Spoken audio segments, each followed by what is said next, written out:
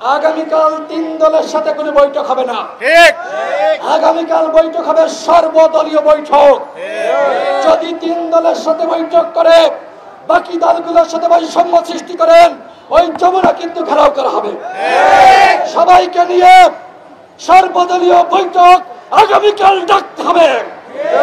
অন্যথায় আপনারা একদিকে আমাদের বলবেন আমরা অন্যায়ের প্রতিবাদ করছি, আমরা বৈষম্যের বিরুদ্ধে, অন্যদিকে 3টা দলকে ঘোষণা দিয়ে 4টা দলকে ঘোষণা দিয়ে আপনি বলবেন এরা বড় আর আমরা ছোট।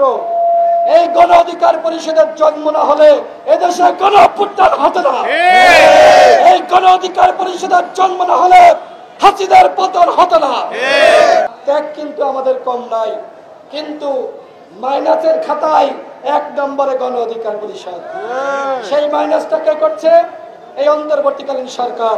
3টা দলের সাথে বসবেন, বাকিরা কি দল না? বাকিদের পছন্দ হয় না? বাকিদের চেহারা সুরত খুব খারাপ, তাই না? স্পষ্ট ঘোষণা, জাতীয় সংলাপ আগামীকাল ডাকতে হবে। প্রত্যেকটা দলকে নিয়ে সেই সংলাপ করতে হবে।